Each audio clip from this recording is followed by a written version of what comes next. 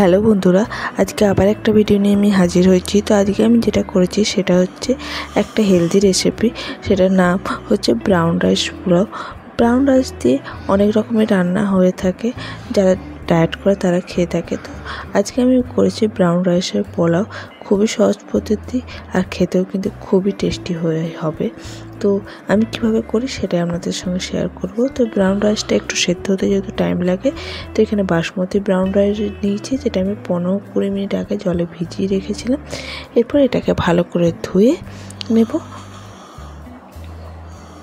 ভালো করে ধুয়ে নিয়েছি, তাতে বেশ কিছুটা জল দিয়ে দিয়েছি আর দিয়ে দিয়েছি 3 টিস্পুনের মতন লবণ। দিয়ে এটাকে আমি সেদ্ধ হতে দেবো।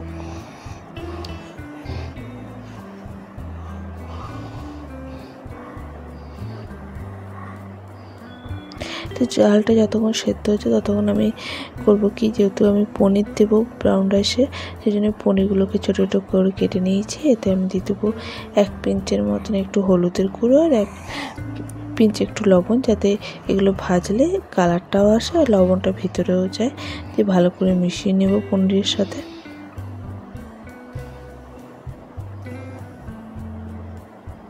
তো মেশানো হয়ে গেছে। এবার অন্যদিকে যে ভাতটা হয়ে গেছে, এর বেশি সেদ্ধ করবো না, আমি গ্যাস অফ করে দিয়েছি। এরপর জলটা ঝরিয়ে নেব।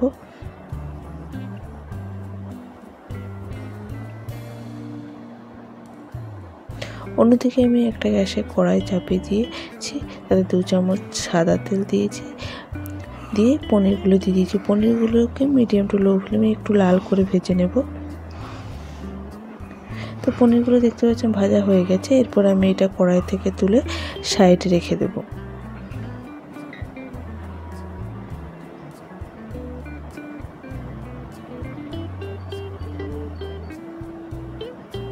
এরপর ওই তেলেই আমি দিয়ে দেবো গরম মশলা, যেমন তেজপাতা, গোলমরিচ, লবঙ্গ, দারুচিনি, এগুলো আমি দিয়ে দেবো আর এলাইচি।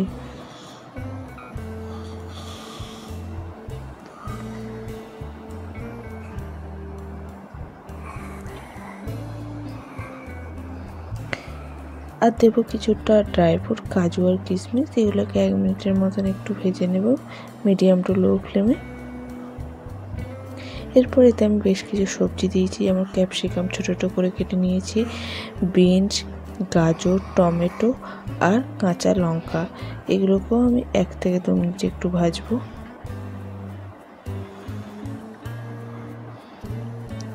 আর এগুলোর মধ্যে দেবো আমি একটু লবণ, যেহেতু চালটা সেদ্ধ করার সময় লবণ দিয়েছিলাম, কিন্তু সবজিতে একটু লবণ দিতে হবে। আর একটু দিয়েছি গুড় পাউডার। দিয়ে এটাকে মিডিয়াম টু লো ফ্লেমে ঢাকা দিয়ে 1 থেকে 2 মিনিট একটু ভেজে নেবো, যাতে সবজিগুলো সেদ্ধ হয়ে যায়। তো এখন সবজিগুলো ভালো মতো সেদ্ধ হয়ে গেছে। এরপর এতে আমি অ্যাড করে দেবো সেদ্ধ করা যে চালগুলো, সেই চালগুলো।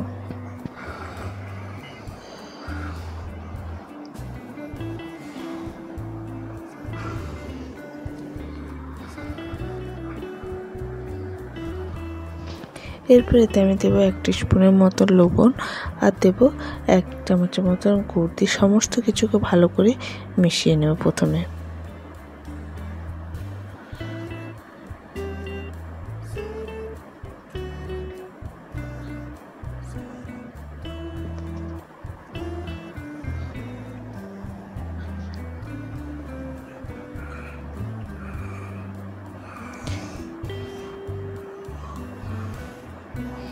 তো মেশানো হয়ে গেছে। এরপর লাস্টে অ্যাড করে দেবো পনিরগুলোকে দিয়ে আরও একবার মিশিয়ে নেব। তাহলেই আমাদের ব্রাউন রাইস পোলাও একেবারে রেডি।